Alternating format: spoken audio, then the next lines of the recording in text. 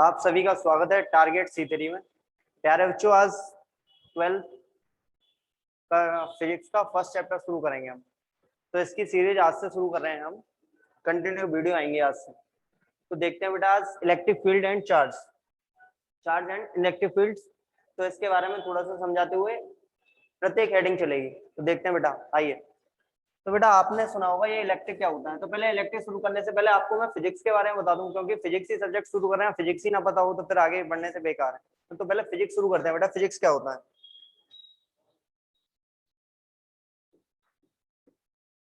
Physics बेटा हिंदी में कहते हैं भौतिक विज्ञान। भौतिक विज्ञान, भौतिक विज्ञान बेटा इसको लिया गया है ग्रीक भाषा के शब्द, इससे ग्रीक भाषा के शब्द से।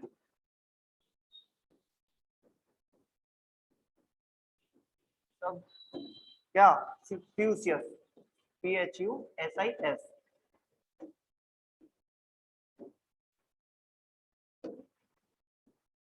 PHUSIS, फ्यूसियस। इसका मतलब होता है बेटा प्रकृति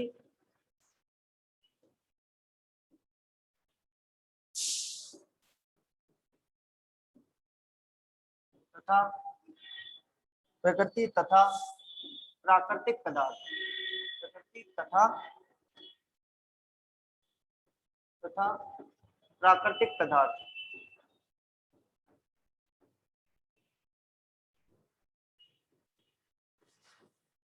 तो इसका मतलब होता है प्रकृति तथा प्राकृतिक पदार्थ। जैसे बेटा नेचुरल फिनोमेना, जो आपके आसपास वातावरण में जो भी कुछ हो रहा है, जो सब फिजिक्स के अंतर्गत हो रहा है। जैसे आप एटमॉस्फेयर में चेंज देखते हैं, सारे एटमॉस्फेयर में जो चेंज हो रहे हैं किसके अंतर्गत हो रहे हैं? फिजिक्स के अंतर्गत हो रहे हैं। जैसे आप भूकंप आने वाला हो, टेम्परेचर में परिवर्तन हो रहा है, ये सब किसके द्वारा नापा जा सकता है? फिजिक्स के द्वारा नापा जा सकता है। तो बेटा फिजिक्स के बारे में आपको पता चल गया। अब मैं चैप्टर के बारे में, चैप्टर फर्स्ट है तो इसके बारे में देखते हैं बेटा। जैसे इलेक्ट्रिक चार्ज है तो किसको क्या कहते हैं? वैद्युत आवेश। क्या कहते हैं बच्चा? वैद्युत आवेश।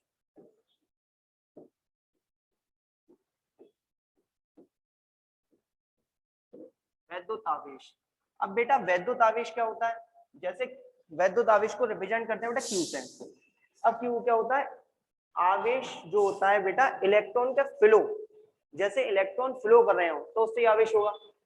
अब एक आध के बच्चे के मन में आ रहा होगा कि अब सर करंट भी तो फ्लो करता है, जब इलेक्ट्रॉन फ्लो करते हैं तो उसको भी करंट कहते हैं। तो बेटा पहले आवेश के बारे में समझते हैं। जैसे आवेश इलेक्ट्रॉन फ्लो करेगा तो क्या बनेगा? आवेश बनेगा। अब बेटा आवेश होता है टू टाइप्स का। कितने का? टू टाइप्स का। एक तो पॉजिटिव और एक नेगेटिव। बेटा जब किसी वस्तु पर इलेक्ट्रॉन की अधिकता हो रही हो तो उस पर क्या होगा? ऋण आवेश होगा। जब किसी वस्तु पर क्या हो रहा हो बच्चा? इलेक्ट्रॉन की अधिकता हो रही हो तो ऋण आवेश, और यदि किसी वस्तु पर इलेक्ट्रॉन की कमी हो रही हो तो धन आवेश। अपोजिट चलता है। तो क्या बोलेंगे बच्चा?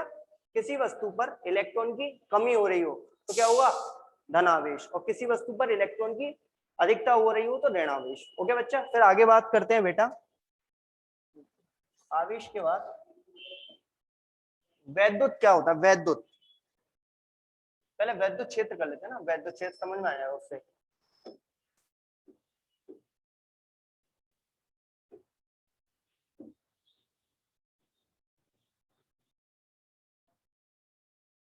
बेटा वैद्युत देखते हैं, वैद्युत क्षेत्र।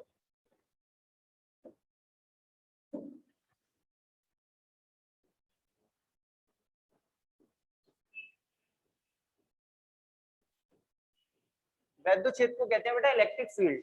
Electric field. अब वैद्युत क्षेत्र कैसे पता चलेगा कि यहाँ वैद्युत क्षेत्र है या है नहीं है? जैसे बेटा ये क्यूब चार्ज है, सही है, इसके आसपास एक एरिया क्रिएट हो जाएगा। जैसे आपने देखा होगा आपके घर के आसपास ऐसे रहते होंगे कि समुदाय के लोग रहते हैं, हाँ, तो कहते होंगे ये ब्राह्मण है, ये वो है, फलाने है ना। तो ऐसे करके आवेश या आवेश समुदाय हो गया।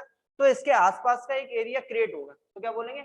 आवेश या आवेश समुदाय के चारों ओर का वह क्षेत्र। आवेश या आवेश समुदाय के चारों ओर का वह क्षेत्र जिसमें कोई परीक्षण आवेश। अब ये परीक्षण आवेश क्या होता है? जैसे आप टेस्टर से चेक करते हैं कि यहाँ करंट आ रहा है नहीं आ रहा, तो परीक्षण आवेश के द्वारा आपने चेक करेंगे तो क्या बोलेंगे, परीक्षण आवेश को क्यों कहते हैं, टेस्टर को। तो बोलेंगे किसी आवेश या आवेश समुदाय के चारों ओर का वह क्षेत्र जिसमें कोई परीक्षण आवेश आकर्षण या प्रतिकर्षण बल का बेटा अनुभव करे, क्या कहलाता है, वैद्युत क्षेत्र कहलाता है। क्या अनुभव करे, आकर्षण या प्रतिकर्षण बल का। तो बोलेंगे आवेश या आवेश समुदाय के चारों ओर का वह क्षेत्र जिसमें कोई परीक्षण आवेश आकर्षण या प्रतिकर्षण बल का अनुभव करे, क्या कहलाता है, वैद्युत क्षेत्र कहलाता है। अब वैद्युत क्षेत्र से आगे देखते हैं, वैद्युत क्षेत्र की तीव्रता, वैद्युत क्षेत्र की तीव्रता, वैद्युत क्षेत्र की तीव्रता आपको नोट्स पीडीएफ प्रोवाइड करा देंगे हम, बस आप समझें, ये देखें समझ में आ रहा है कि नहीं आ रहा। बस वैद्युत क्षेत्र की तीव्रता,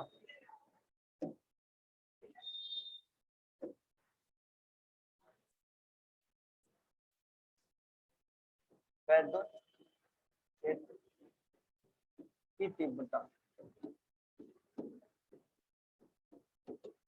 बेटा वैद्युत क्षेत्र की तीव्रता को ई से रिप्रेजेंट करते हैं, कैपिटल ई से। ई इज इक्वल टू होता है एफ अपॉन क्यू नॉट। क्या होता है, एफ अपॉन क्यू नॉट।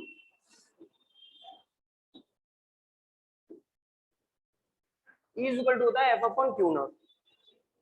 तो बेटा क्या होगा, किसी आवेश या आवेश समुदाय के चारों ओर का वह क्षेत्र जिसमें कोई परीक्षण आवेश आकर्षण या प्रतिकर्षण बल का अनुभव करे, तो वो हो गया वैद्युत क्षेत्र। अब वैद्युत क्षेत्र की तीव्रता की बात कर रहे हैं हम। अब वैद्युत क्षेत्र की तीव्रता कैसे पता चलेगी, जब किसी परीक्षण आवेश वो वैद्युत क्षेत्र में जाएगा तो उसे टेस्ट करके बताएगा कि यहाँ क्या लगेगा, उस पर आकर्षण या प्रतिकर्षण बल लगेगा, तो बोलेंगे परीक्षण आवेश पर लगने वाला आकर्षण या प्रतिकर्षण बल, परीक्षण आवेश पर लगने वाला आकर्षण या प्रतिकर्षण बल तथा परीक्षण आवेश के अनुपात को क्या कहते हैं, वैद्युत क्षेत्र की तीव्रता कहते हैं।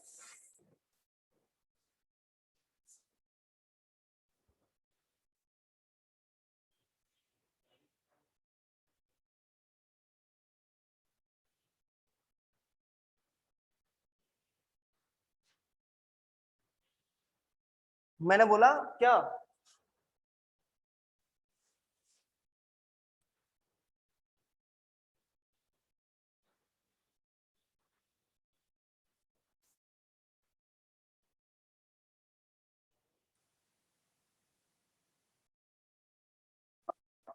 क्या बोला मैंने, जब परीक्षण आवेश, एक सर आ गया अभी थोड़ा, कोई नहीं बेटा, क्या बोला, जब परीक्षण आवेश चेक करेगा, कैसे परीक्षण आवेश चेक करेगा, वैद्युत क्षेत्र को। तो बोलेंगे परीक्षण आवेश में जब वैद्युत क्षेत्र चेक करेगा तो उसको क्या लगेगा, आकर्षण या प्रतिकर्षण बल। तो किसी वैद्युत क्षेत्र में परीक्षण आवेश पर लगने वाला आकर्षण या प्रतिकर्षण बल तथा परीक्षण आवेश के अनुपात को वैद्युत क्षेत्र की तीव्रता कहते हैं, है ना। इसे कैपिटल ई से प्रदर्शित करते हैं। तो बेटा वैद्युत क्षेत्र समझ में आ गया होगा आपको। अब वैद्युत क्षेत्र का इसका डायमेंशंस और यूनिट्स देखते हैं।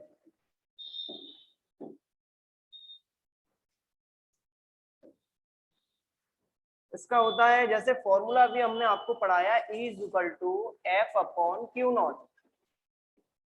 तो इसका मात्रक होगा कितना, मात्रक होगा न्यूटन प्रति कूलाम। सही है, कितना होगा, न्यूटन प्रति कूलाम। अच्छा, इसका विमा कितनी होगी, विमा, विमा होगी बेटा इसकी कितनी, इसकी विमा होगी, जैसे फोर्स की विमा कितनी होती है, M L two T minus two, M L T minus two, और इसकी कितनी होती है, टी ए।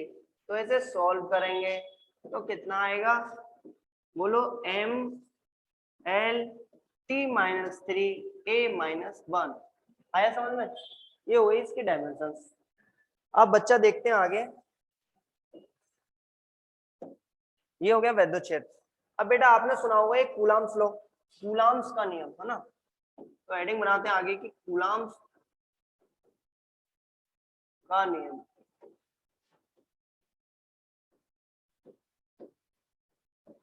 कूलाम का नियम क्या कहता है, दो पॉइंट चार्ज होते हैं, बिंदु आवेश कहते हैं इनको, क्या कहते हैं, बिंदु आवेश। बेटा दो बिंदु आवेश है, इनके बीच की दूरी है स्मॉल आर, कितनी है, स्मॉल आर।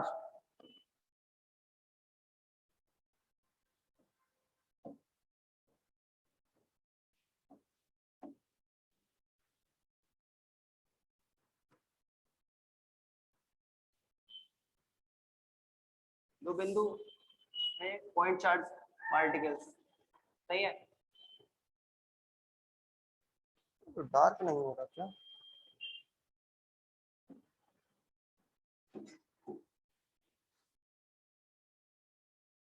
ये बिंदु आवेश हो गए दो, इनके बीच की दूरी बेटा कितनी है? स्मॉल आर है। ये Q1 और Q2 है, सही है। इनके बीच की दूरी कितनी है बेटा? Small R. और इनके ये कौन है? Q1 और Q2। तो बेटा ऐसे लिख सकते हैं कि F प्रोपोर्शनल Q1 Q2 और F प्रोपोर्शनल 1/r स्क्वायर, सही है। अब देखिए क्या हुआ, ये मैंने कितने बताए? दो बिंदु आवेश है, पॉइंट चार्ज पार्टिकल, तो Q1 और Q2, तो बोलेंगे किन्हीं दो, कितने? दो, तो बोलेंगे किन्हीं दो स्तर बिंदु रुके हुए हैं, गति नहीं कर रहे, तो स्तर हो गए। तो क्या बोलेंगे? किन्हीं दो स्तर बिंदु आवेशों के बीच, किन्हीं दो स्तर बिंदु आवेशों के बीच लगने वाला आकर्षण या प्रतिकर्षण बल। अब फोर्स लगेगा। अब सर आप कैसे बता रहे हो आकर्षण या प्रतिकर्षण? बेटा हमको नहीं पता कि ये कौन से हैं, पॉजिटिव है नेगेटिव है। तो हमने बताया था कि समान two like charges are attract to each, two unlike charges are attract to each other, और टू लाइक चार्जर आर, क्या बोला मैंने? टू अनलाइक, कहने का मतलब दो विपरीत प्रकृति के आवेश एक दूसरे को क्या करेंगे? आकर्षित करेंगे, और दो समान प्रकृति के आवेश एक दूसरे को प्रतिकर्षित करेंगे। तो मेरे को ये नहीं पता कि Q1 कैसा है और Q2 कैसा है, तो मैं बस इतना बता सकता हूँ आपको कि Q1 और Q2 क्या होंगे। तो बोलेंगे जब दो समान प्रकृति के आवेश होंगे या विपरीत, तो आकर्षण या प्रतिकर्षण बल लगेगा। तो बोलते हैं बेटा किन्हीं दो स्तर बिंदु आवेशों के बीच लगने वाला आकर्षण या प्रतिकर्षण बल उन दोनों आवेशों के गुणनफल के अनुपाती तथा बीच की दूरी के वर्ग के व्युत्क्रमानुपाती होता है। आया समझ में? नहीं आया होगा, मेरे साथ बोलने की कोशिश करो। क्या है बेटा? ये दो बिंदु आवेश है, कैसे? रुके हुए, स्तर बिंदु बोल सकते हैं। तो बोलेंगे किन्हीं दो स्तर बिंदु आवेशों के बीच लगने वाला आकर्षण या प्रतिकर्षण बल, ये F हो गया, उन दोनों आवेशों के गुणनफल के अनुपाती तथा बीच की दूरी के वर्ग के व्युत्क्रमानुपाती होता है। तो बेटा आगे चलेंगे अब, अर्थात इसे जोड़ के लिखना है, फिर क्या लगे ऐड कर लेते हैं आगे, फिर आ जाएगा F प्रपोर्शनल Q1 Q2 और F प्रपोर्शनल 1/r²। हाँ फिर क्या करेंगे देखो, r² आ गया, इसे जोड़ लेंगे तो F प्रपोर्शनल Q1 Q2/r²। अब ये समानुपाती नियतांक है, प्रपोर्शनल है, तो इसके लिए समानुपाती नियतांक लगाना पड़ेगा। तो कितना आएगा? F proportional F is equal to 1/4 pi epsilon, कितना? एप्सिलॉन बोलते हैं इसको, जो अभी लिख रहे हैं हम, 4 pi epsilon into Q1 Q2/r²। सही है। तो बोलेंगे ये समझ में आ गया होगा, क्या बोला? किन्हीं दो स्तर बिंदु आवेशों के बीच लगने वाला आकर्षण या प्रतिकर्षण बल उन दोनों आवेशों के गुणनफल के अनुपाती तथा बीच की दूरी के वर्ग के व्युत्क्रमानुपाती। तो बेटा इसको हम जोड़ के फिर ऐसा कर दिया, ये एक समानुपाती नियतांक है। तो लिखेंगे जहां 1/, जहां ऊपर हो गया थोड़ा,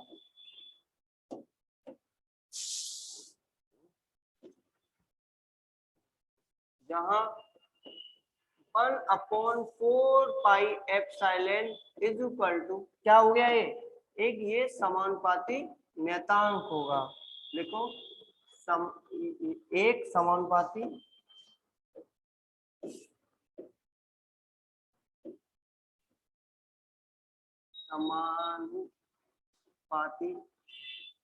नियतांक है। क्या ये समानुपाती नियतांक है? 1/4 पाई एप्सिलॉन एक समानुपाती नियतांक है, जिसमें जिसमें एप्सिलॉन क्या है, जिसमें एप्सिलॉन माध्यम की वैद्युतशीलता, माध्यम की वैद्युतशीलता,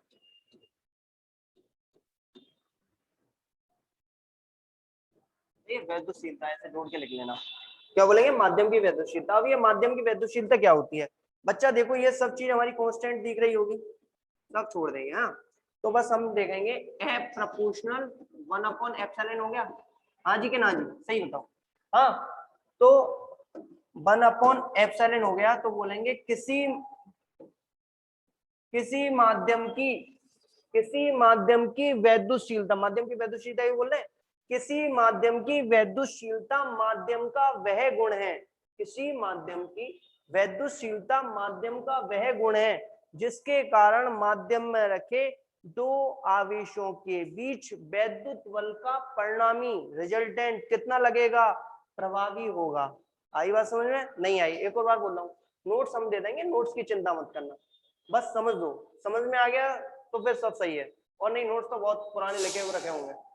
क्या होया, किसी माध्यम की वैद्युतशीलता माध्यम का वह गुण है जिसके कारण माध्यम में रखे दो आवेशों के बीच लगने वाला वैद्युत बल का परिणामी प्रभावी होता है। आ गया? अब चलते हैं, ये तो इतना हो गया, मैंने माध्यम की वो भी बता दी वैद्युतशीलता। अब देखते हैं क्या होता है आगे। देखो, अब ये हो गया, हम जानते हैं अब क्या, छोटी सी बात, वी नो डेट लिखेंगे। हम जानते हैं, वी नो डेट, क्या जानते हो, हम जानते हैं epsilon is equal to epsilon naught K होता है। सही है, तो इसका मान इस वाले इक्वेशन में रख देंगे, ये पूरा जो था, सही है, इक्वेशन में 1 मान लेंगे इसे, तो लिखेंगे एफ इज इक्वल टू 1 कितना आएगा, बोलो, एफ इज इक्वल टू 1,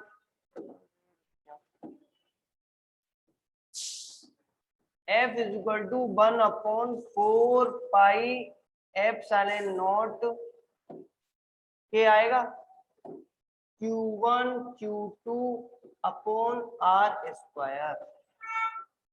आया? देखो, अब ये एप्सिलॉन नॉट क्या होता है, एप्सिलॉन नॉट होता है निर्वात या वायु की वैद्युतशीलता, सही है, के होता है परावैद्युता। यहाँ एप्सिलॉन क्या है, एप्सिलॉन नॉट निर्वात या वायु की वैद्युतशीलता, वैद्युत निर्वात या वायु की वैद्युतशीलता, वायु की वैद्युतशीलता,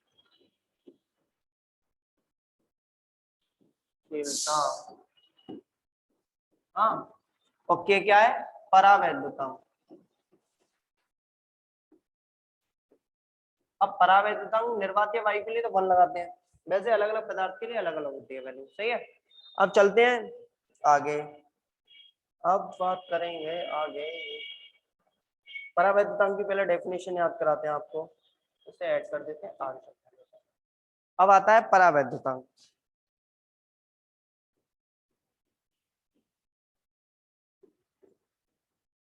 कुछ भी याद रटना नहीं है, याद समझ में आ जाएगा, देखना बस, रटोगे तो रट तो बचपन से रहे हो, समझ में नहीं आएगा तो रटना ही पड़ेगा फिर, और समझ में आ जाएगा तो याद बना रहेगा। परावैद्युतांक, परावैद्युतांक को बेटा के से प्रदर्शित करते हैं और ई आर से भी प्रदर्शित करते हैं। तो परावैद्युतांक के इज इक्वल टू होता है बच्चा एप्सिलॉन अपॉन एप्सिलॉन नॉट। मैंने अभी फॉर्मूला लिखा था epsilon is equal to epsilon naught K, तो K is equal to epsilon upon epsilon naught आएगा।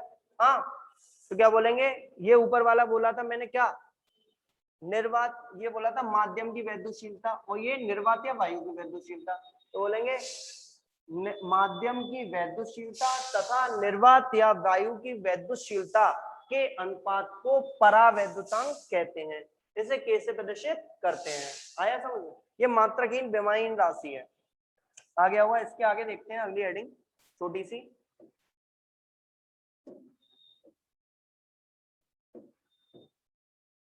देखिए, अब देखेंगे बिंदु आवेश के कारण वैद्युत क्षेत्र की तीव्रता पूछता है। डेरिवेशन कराना शुरू करते हैं छोटा सा पहले, बिंदु आवेश के कारण, हेडिंग दिखा रहा हूं पहले मैं ना, आवेश के कारण, बिंदु आवेश के कारण वैद्युत क्षेत्र की तीव्रता, वैद्युत क्षेत्र की तीव्रता का व्यंजक। देखिए तो हम जैसे जैसे बोले वही वैसे वैसे देखना है, डायग्राम बोलेंगे वही डायग्राम लिखना होगा आपको।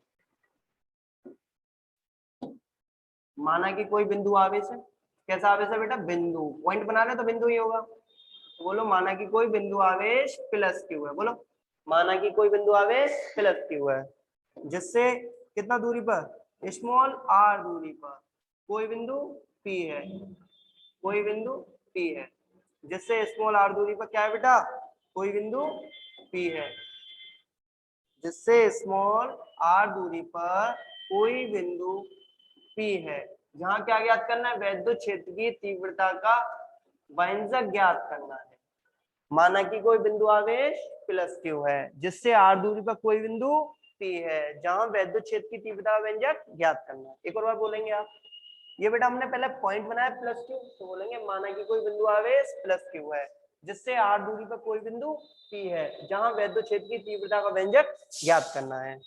तो अब यहाँ पे मेरे को क्या करना है, वैद्युत क्षेत्र की तीव्रता। अब मैं आपको पहले ही अभी कुछ थोड़ी देर पहले सिखा चुका हूँ कि वैद्युत क्षेत्र यदि ज्ञात करना है मुझे उस जगह, तो मेरे को क्या चाहिए, परीक्षण आवेश, क्या चाहिए, टेस्टर, टेस्टर जो परीक्षण आवेश।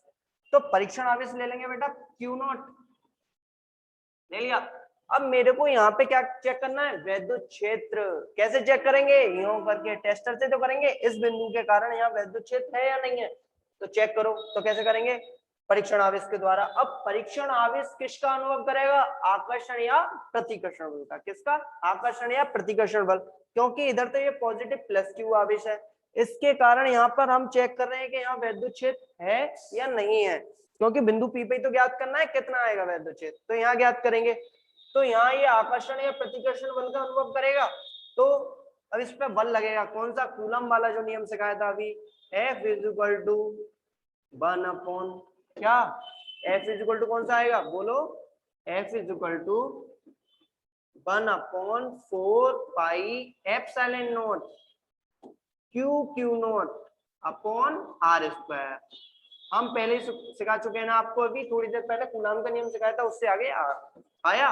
अच्छा, फिर अब मेरे को क्या निकालना है, वैद्युत क्षेत्र की तीव्रता।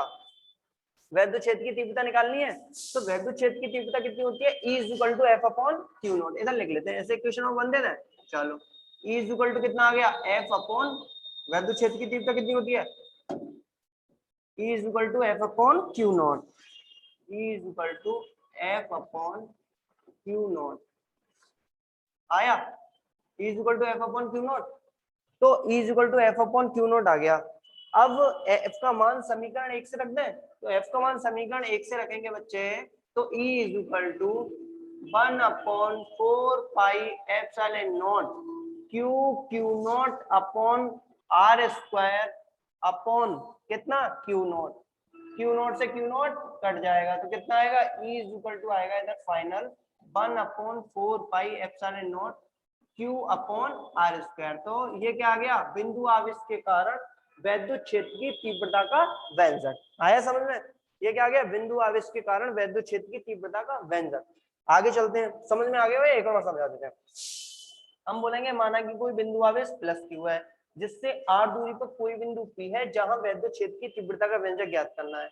अब हम एक बताइए आप, यदि आपके घर पे कभी कहीं करंट आ जाता है, तो आपके घर के लोग क्या कहते होंगे, टेस्टर से चेक करके देखो यहाँ कहाँ कहाँ का करंट आ रहा है, तो टेस्टर से चेक करना है, वैद्युत क्षेत्र ज्ञात करना है, तो मैं टेस्टर ले आया, परीक्षण आवेश कितना, क्यू नॉट। अब क्यू नॉट से चेक किया, तो यहाँ कितना आ गया, पता चला मेरे को, इस पे ये आकर्षण या प्रतिकर्षण बल का अनुभव करिए, तो मैंने ये क्या बताया आपको, कूलाम का नियम बता दिया था पहले, तो उससे कूलाम का नियम बताया, तो ये आ गया, पता चल गया। तो एफ का मान फिर समीकरण नंबर 1 में रख दिया, तो E इक्वल टू इतना आ गया, फिर इसे सॉल्व किया तो बच्चा इतना आ गया। हाँ आगे देखते हैं, फिर आगे चलते हैं। देखो ये हो गया वैद्युत क्षेत्र बिंदु आवेश के कारण। अब कराते हैं आपको क्या, वैद्युत द्विध्रुव कराते हैं है ना, इलेक्ट्रिक डाइपोल, वैद्युत द्विध्रुव। देखिए पहले चलो ऐसा करते हैं, चलो हाँ पहले वही कराओ फिर आगे करते हैं ना, वैद्युत द्विध्रुव इलेक्ट्रिक डाइपोल कहते हैं। अब वैद्युत कट रहा है ना ऊपर, रुको अभी,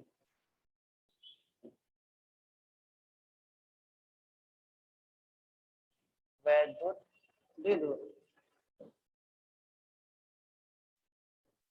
वैद्युत द्विध्रुव, वैद्युत द्विध्रुव देखिए कैसा होता है वैद्युत द्विध्रुव।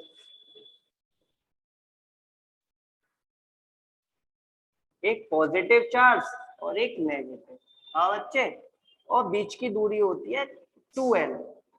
हाँ याद करेंगे, देखो अब ये एक समायोजन ही तो है जिसमें प्लस क्यू आवेश को और माइनस क्यू आवेश को एक दूसरे से स्मॉल 2l दूरी पर रखा गया है, इसको कहते हैं अल्प दूरी पर।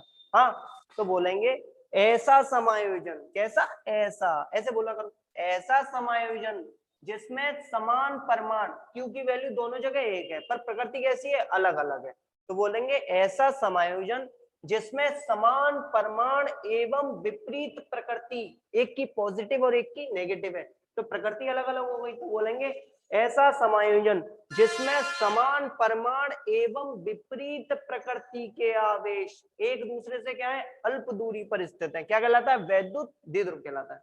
समझ में आ गया होगा, एक और बार बोलते हैं, कैसा समायोजन है, ऐसा, तो बोलेंगे ऐसा समायोजन जिसमें समान परिमाण प्लस क्यू और माइनस क्यू है, तो ऐसा समायोजन जिसमें समान परिमाण एवं विपरीत प्रकृति, एक पॉजिटिव और एक नेगेटिव, तो विपरीत प्रकृति के आवेश एक दूसरे से अल्प दूरी पर स्थित होते हैं, वैद्युत द्विध्रुव कहलाता है। आ गया होगा समझ में इतना, सही है। अब करते हैं वैद्युत द्विध्रुव आघूर्ण, इलेक्ट्रिक डाइपोल मूवमेंट। हाँ देखो, वैद्युत द्विध्रुव आघूर्ण, वैद्युत द्विध्रुव आघूर्ण, देखिए अब वैद्युत द्विध्रुव आघूर्ण क्या होता है, वैद्युत द्विध्रुव आघूर्ण इसको प्रदर्शित करते हैं बेटा P से, P बराबर होता है Q इंटू 2L, P बराबर Q इंटू 2L, P बराबर Q इंटू 2L, सही है। तो देखो याद करने का तरीका, अब इस वैद्युत द्विध्रुव में सीधे लेंगे तो बोलेंगे वैद्युत द्विध्रुव के किसी एक आवेश, वैद्युत द्विध्रुव के कितने आवेश थे, दो आवेश थे, इनके परिमाण कैसे थे, वैल्यू एक सी थी, बस क्या बोलेंगे, वैद्युत द्विध्रुव के किसी एक आवेश तथा उन दोनों आवेशों की बीच की दूरी के गुणनफल को वैद्युत द्विध्रुव आघूर्ण कहते हैं। तो बोलेंगे वैद्युत द्विध्रुव के किसी एक आवेश तथा उन दोनों आवेशों की बीच की दूरी के गुणनफल को वैद्युत द्विध्रुव आघूर्ण कहते हैं। अब बेटा इसके डायमेंशंस और यूनिट्स देखते हैं, मात्रक देखो इसका कितना होगा, मात्रक देखेंगे बेटा, आवेश का मात्रक कितना होता है, कूलाम होता है सर, अच्छा कूलाम लिख दिया। अच्छा लंबाई है, दूरी है, तो इसका मतलब कितना होगा, मीटर, तो कूलाम मीटर कह सकते हैं इसका। अच्छा इसका विमा कितना होगा, विमा होगी इसकी, क्यू की कितनी होती है, TA, हाँ, और इसकी कितनी होती है, लंबाई की L, तो लिख देंगे LTA। चलो बहुत अच्छे, तो मैं आज पहला वाला रिवीजन करा देता हूँ और इतना आज छोड़ते हैं, फिर इससे आगे का कल कंटिन्यू करेंगे। अभी पहला पुराना रिपीट कर देते हैं ना, देखिए पुराना देखिए पीछे का, बस शुरू से देखेंगे एकदम। अभी देखते हैं बेटा आगे, रुको, हाँ कहाँ से आए थे हम,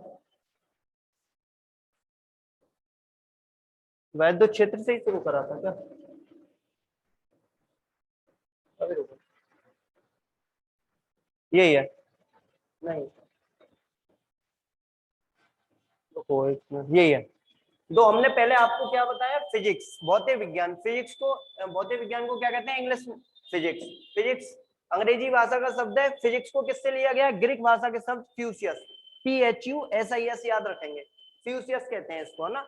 इसका अर्थ होता है बेटा प्रकृति तथा प्राकृतिक पदार्थ, प्रकृति अथवा प्राकृतिक पदार्थ। तो प्रकृति अथवा प्राकृतिक पदार्थ मैंने बताया था आपको, जो भी नेचुरल फिनोमेना हो रहा है आपके आसपास एटमॉस्फेयर में, जो भी चेंज हो रहा है उसको सब फिजिक्स के द्वारा पता कराया जाएगा। पता चला। तो फिर मैंने बताया आपको वैद्युत आवेश, तो इलेक्ट्रॉन के प्रवाह को वैद्युत आवेश कहते हैं। अब बेटा आवेश दो प्रकार का होता है, एक प्लस आवेश और एक माइनस आवेश। कहने का मतलब एक ऋण आवेश और एक पॉजिटिव और एक नेगेटिव बताया हुआ। यदि किसी वस्तु पर इलेक्ट्रॉन की अधिकता हो रही है तो ऋण आवेश, और यदि किसी वस्तु पर इलेक्ट्रॉन की कमी हो रही है तो धन आवेश। मैंने शायद आवेश की विभा निकालना भूल गया होगा। Q = IT होता है। अच्छा, I का कितना होता है एम्पियर, और इसका कितना होगा सेकंड, तो एम्पियर सेकंड इसका मात्रा हो गया, या आप कह सकते हो कूलाम भी होता है इसका मात्रा, है ना। अच्छा, Q की इसकी होगी A और समय की कितनी होती है T, तो AT इसका डायमेंशन हो जाएगा। तो कितना बोलेंगे AT या T, ये बात एक ही होता है, कोई नहीं, इंटू में होता है तो AT लिख सकते हैं। अच्छा, फिर हमने आपको बेटा कराया क्या, हमने किधर गया, किधर गया है, गायब हो गया क्या। अच्छा हाँ, फिर हमने कराया वैद्युत क्षेत्र की तीव्रता। हमने बताया वैद्युत क्षेत्र करा, पहले वैद्युत क्षेत्र कराया। तो क्या होता है वैद्युत क्षेत्र, आवेश या आवेश समुदाय के चारों ओर का वह क्षेत्र जिसमें कोई परीक्षण आवेश आकर्षण या प्रतिकर्षण बल का अनुभव करे। ये आवेश है, इसके चारों ओर का वह क्षेत्र है जिसमें कोई परीक्षण आवेश क्या अनुभव करे बेटा, आकर्षण या प्रतिकर्षण बल का अनुभव करे, वैद्युत क्षेत्र कहलाता है। फिर हमने कराया आपको वैद्युत क्षेत्र की तीव्रता। वैद्युत क्षेत्र की तीव्रता को किससे प्रदर्शित करते हैं, ई से। तो ई इक्वल टू एफ होता है F/Q0। अब ये एफ कब लगेगा, जब वैद्युत क्षेत्र में आप जाएंगे तो आकर्षण या प्रतिकर्षण बल का अनुभव होगा। तो बोलेंगे किसी वैद्युत क्षेत्र में परीक्षण आवेश पर लगने वाला आकर्षण या प्रतिकर्षण बल तथा परीक्षण आवेश के अनुपात को वैद्युत क्षेत्र की तीव्रता कहते हैं। सही है। फिर आगे चलते हैं। फिर कराया हमने आपको क्या, वैद्युत क्षेत्र हो गया, इसका डायमेंशन निकलवाया, क्योंकि बल का मात्रा कितना होता है न्यूटन, और क्यू का कितना होता है कूलम, तो न्यूटन प्रति कूलम। इसकी विमा निकलवाई, बल की कितनी होती है mL/t-2, और इसका t है, तो mL/t-3 a-1 हो गया, ये नीचे से ऊपर जाएगा, ऐसे हो गया। फिर हमने कराया आपको कूलम्स लॉ।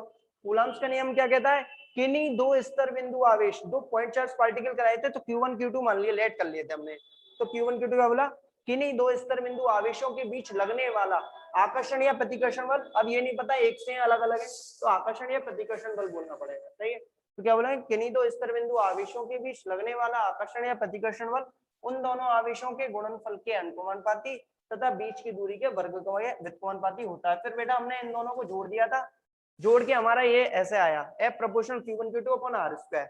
इसके बाद हमने एक समानुपाती नियतांक लिया F = 1/4πε Q1 Q2/r², जहां 1/4π क्या था, एक समानुपाती नियतांक था जिसमें एप्सिलॉन माध्यम की वैद्युतशीलता थी, है ना। आ गया होगा समझ में थोड़ा, अब लास्ट चल रहा है, मैंने आपको सब समझा दिया है, मैं फ्लो में एक जल्दी करूंगा, है ना। फिर V0 लिखा है हमने, एप्सिलॉन = बेटा कितना होता है, ε0 k होता है। इसको बेटा वैल्यू मैंने इसमें फर्स्ट वाली इक्वेशन में लिखी, तो ε0 k आ गया। अब ε0 होता है निर्वात वायु की वैद्युतशीलता, और k क्या होता है, परावैद्युतांक। इसके बाद बेटा फिर हमने आपको आगे कराया क्या, फिर परावैद्युतांक k कराया। ये बोला था हमने माध्यम की वैद्युतशीलता, और ये होता है निर्वात या वायु की वैद्युतशीलता, तो इन दोनों का रेशियो ही तो है, तो अनुपात बोल देते हैं। बोलेंगे किसी माध्यम की वैद्युतशीलता तथा निर्वात या वायु की वैद्युतशीलता के अनुपात को परावैद्युतांक कहते हैं, ऐसे k से प्रदर्शित करते हैं, या ER से भी प्रदर्शित करते हैं। अब फिर हमने आगे कराया आपको बिंदु आवेश के कारण वैद्युत क्षेत्र की तीव्रता का व्यंजक, बहुत छोटा सा डेरिवेशन है और ज्यादातर इसका न्यूमेरिकल आता है, 1 नंबर में आएगा। तो क्या बोलेंगे, माना कि कोई बिंदु आवेश प्लस q है, जिससे r दूरी पर कोई बिंदु p है, यहाँ क्या ज्ञात करना है, वैद्युत क्षेत्र की तीव्रता का व्यंजक ज्ञात करना है। तो बिंदु आवेश के कारण अब जब यहाँ हम वैद्युत क्षेत्र चेक करेंगे तो क्या लगेगा, आकर्षण या प्रतिकर्षण। तो कूलाम के नियम से F = 1/4πε0 Q0/r² आ गया। अब बेटा ये आ गया फर्स्ट इक्वेशन। अब मैं जानता हूँ वैद्युत क्षेत्र की तीव्रता क्या होती है, E = F/Q0। E का मान समीकरण नंबर, सॉरी F का मान समीकरण नंबर 1 से रख देंगे इसमें, तो E = 1/4πε0 Q0/r² आ जाएगा। हाँ, तो फिर कितना पता चला, E = निकल के आ गया, E = आ गया 1/4πε0 Q/r²। इसके आगे हमने आपको कराया था वैद्युत द्विध्रुव, ऐसा समायोजन, इसमें दो विपरीत प्रकृति के आवेश एक दूसरे से क्या होते हैं, अल्प दूरी पर स्थित होते हैं। तो क्या बोला, ऐसा समायोजन जिसमें समान परिमाण वैल्यू एक सी होगी और प्रकृति अलग अलग होगा, नेचर सबका, इसका पॉजिटिव है, इसका नेगेटिव है। तो ऐसा समायोजन जिसमें समान परमाणु एवं विपरीत प्रकृति के आवेश एक दूसरे से अल्प दूरी पर स्थित होते हैं, वैद्युत द्विध्रुव कहलाता है। वैद्युत द्विध्रुव आघूर्ण को प्रदर्शित करते हैं P से, P बराबर Q × 2L। तो मैंने बोला वैद्युत द्विध्रुव के किसी एक आवेश, या तो पॉजिटिव ले लो या नेगेटिव ले लो, कोई सा एक ले लो।